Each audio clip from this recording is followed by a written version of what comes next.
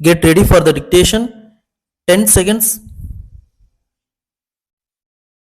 5 seconds. Start. பேரவை தலைவர் அவர்களே, சென்ற 3 நாட்களாக இந்த மசோதா பற்றி இந்த மன்றத்திலே விவாதம் நடைபெற்றிருக்கிறது. கனம் அங்கத்தினர்கள் விவாதத்திலே தங்கள் கருத்துக்களை தெரிவித்திருக்கிறார்கள். இந்த மசோதாவிலே உள்ள குறைபாடுகளை பற்றியும் எடுத்துரைத்திருக்கிறார்கள். மன்றத்திற்கு வெளியிலேயும் இந்த மசோதாவை பற்றி பத்திரிகைக்காரர்களும் அரசியல்வாதிகளும் பொருளாதார நிபுணர்களும் தங்கள் கருத்துக்களை மசோதாவிலே உள்ள குறைபாடுகளை பற்றியெல்லாம் எடுத்துரைத்திருக்கிறார்கள். இந்த நிலையிலே பொதுவாக நான் சில கருத்துக்களை தெரிவிக்க விரும்புகிறேன். நாளைய தினம் மாண்புமிகு வருவாய்த்துறை அமைச்சர் அவர்கள் விவரமாக பதில் அளிப்பார்கள்.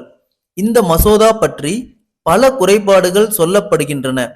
இதற்காக ஒரு பெரிய பொறுக்கு குழு போடுவதாக இருக்கிறது. அது பற்றி மாண்புமிகு வருவாய்த்துறை அமைச்சர் அவர்கள் கூறியிருக்கிறார்கள். ஆகவே இந்த பொறுக்கு குழு அம்மாதிரியான குறைபாடுகளை திருத்த வாய்ப்பு இருக்கிறது.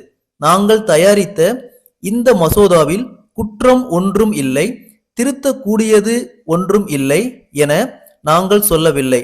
இதை பொறுக்கு குழு பரிசீலிக்க போகிறது. நம்முடைய லட்சியத்தை நிறைவேற்ற வேண்டும் என்ற முறையில் இந்த மசோதா கொண்டு வரப்பட்டிருக்கிறது. அந்த லட்சியத்தை நிறைவேற்ற வேண்டும் என்ற எண்ணத்துடன் தான் நன்றாக ஆராய்ந்து இந்த அவை முன் வைக்கப்பட்டிருக்கிறது. இதில் குறைகள் இருக்கலாம், இல்லை என்று சொல்லவில்லை. ஆனால் இந்த பிரச்சனையில் தீவிரமாக கவனம் செலுத்தி வந்திருக்கின்றவர்கள் மிகுந்த அனுபவமும் ஆற்றலும் உள்ளவர்கள், பாராபட்சம் இல்லாதவர்கள். இப்படிப்பட்டவர்கள் எல்லோரும் இதை பற்றி கருத்துக்களை தெரிவித்திருக்கின்றார்கள். அதாவது இந்த மசோதாவானது ஒரு சிறந்த மசோதா என்றும் மற்ற மாநிலங்களில் இதை பின்பற்றக்கூடிய வகையில் இது தயாரிக்கப்பட்டிருக்கிறது என்றும் மிகுந்த லட்சியத்தை கொண்டதாக இருக்கிறது என்றும் மிகுந்த ஆற்றல் உள்ளவர்கள் இதை பற்றி கருத்துக்கள் தெரிவித்திருக்கிறார்கள். அதே சமயத்தில் மற்றொன்றையும் சொல்லிக்கொள்ள விரும்புகிறேன்.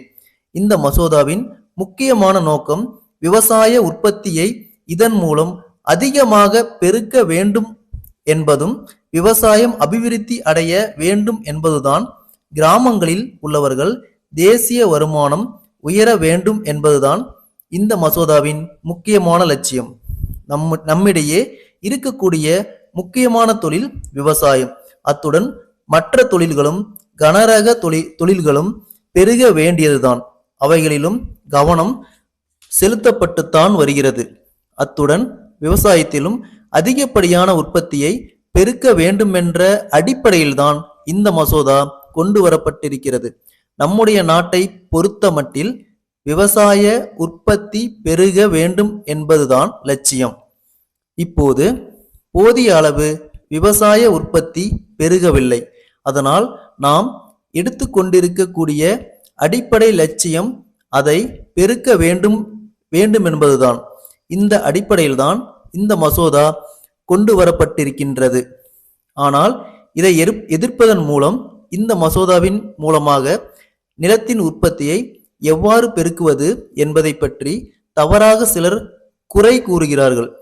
பத்திரிகைகளில் கூட அதை பற்றி எழுதி கொண்டிருக்கிறார்கள். இப்படி ஒரு பக்கத்தில் எழுதுவதோடு இப்படிப்பட்ட மசோதாவை இந்த சமயத்தில் கொண்டு வருவதற்கு அவசியம் இல்லை என்று கூட சொல்லுகிறார்கள்.